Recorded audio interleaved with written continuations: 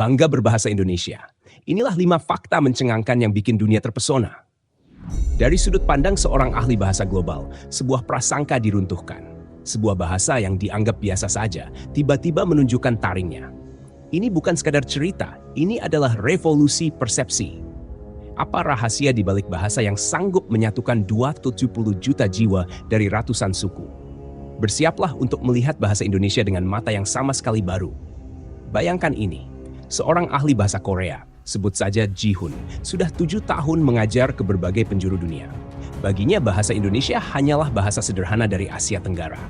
Tata bahasanya dianggap tidak kompleks, daya ungkapnya terbatas, hanya untuk komunikasi dasar. Tapi semua itu hancur berantakan di jam pertama ia mengajar mahasiswa Indonesia. Prasangkanya langsung tumbang. Dia mendengar percakapan natural yang kaya, dinamis, dan penuh kreativitas. Kata ganti lu gue, singkatan enggak, pertanyaan gimana, dan campuran bahasa Inggris seperti pronunciation yang menyatu begitu alamiah. Nah, yang bikin heran, komen di bawah. Pernah nggak sih orang luar negeri kaget melihat cara kita berbahasa? Tulis pengalaman kalian. Yang lebih mengagetkan, setiap mahasiswa dari daerah berbeda membawa logatnya masing-masing. Jakarta dengan Gwelunya, Bandung dengan Abdi Anjunnya, Jogja dengan kelembutan Jawanya. Tapi mereka semua bisa saling memahami dan bercakap dengan lancar. Ini namanya kejawaraan linguistik. Seorang mahasiswa bertanya, "Pak, apa bahasa kami terdengar aneh?" Jawab Ji-Hoon, "Justru ini luar biasa, lebih fleksibel dari bahasa Inggris." Dan disinilah titik baliknya. Ji-Hoon mulai menyelami.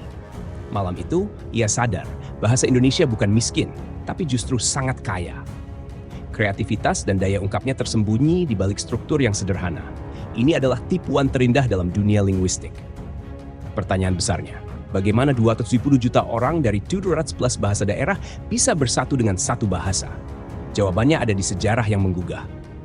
Komen dong, dari daerah mana kalian dan bahasa daerahnya apa? Mari kita lihat keragaman kita, bukan kebetulan. Bahasa Melayu dipilih karena sudah menjadi lingua franca para pedagang Nusantara. Tapi puncaknya adalah Sumpah Pemuda 1928. Coba bayangkan semangat itu. Para pemuda di tengah cengkeraman penjajah berani bersumpah, satu tanah air, satu bangsa, satu bahasa. Merinding gak sih dengar ini? Tulis merinding di komentar.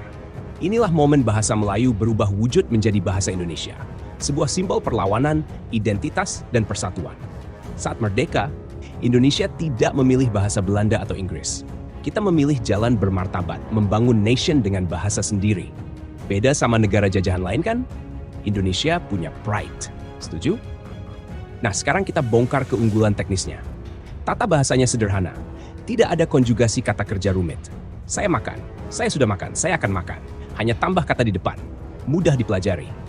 Tapi jangan salah, kesederhanaan ini bukan berarti primitif. Sistem imbuhannya deep, sangat kreatif. Dari satu kata dasar tulis bisa lahir menulis, ditulis, tulisan penulis. Efisien tingkat dewa. Bahasa Indonesia itu fleksibel. Bisa formal, saya akan pergi. Bisa casual, gua mau pergi. Bisa menyerap kata dari manapun, Arab, Portugis, Belanda, Inggris, dan muluh lantakannya menjadi Indonesia.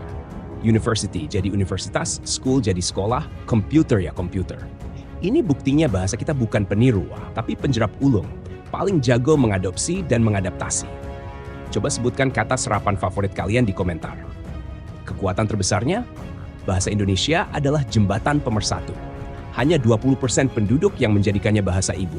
80% lainnya punya bahasa ibu sendiri. Tapi semua orang bisa bahasa Indonesia. Ini adalah pencapaian besar yang harus kita banggakan.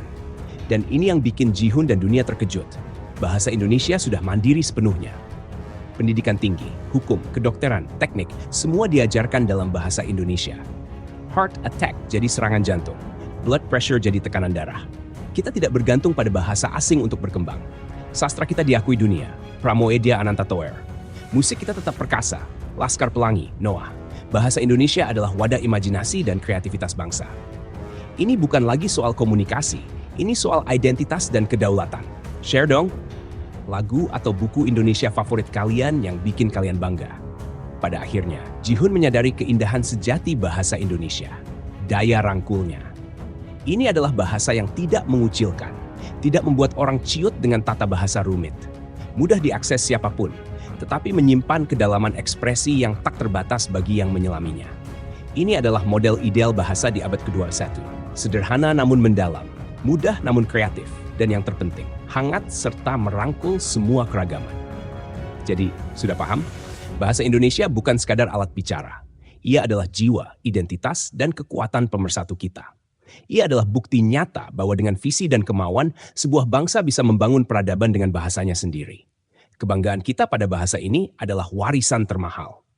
Bahasa Indonesia adalah API yang menyala dari Sumpah Pemuda, dan kini menjadi semangat yang hidup dalam setiap ucapan kita.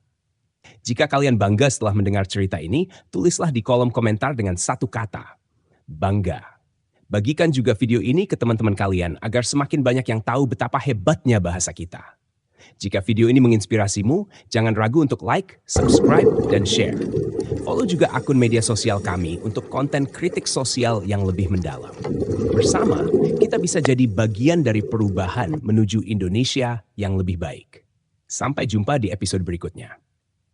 Bersatu, kita bangga jadi bangsa Indonesia.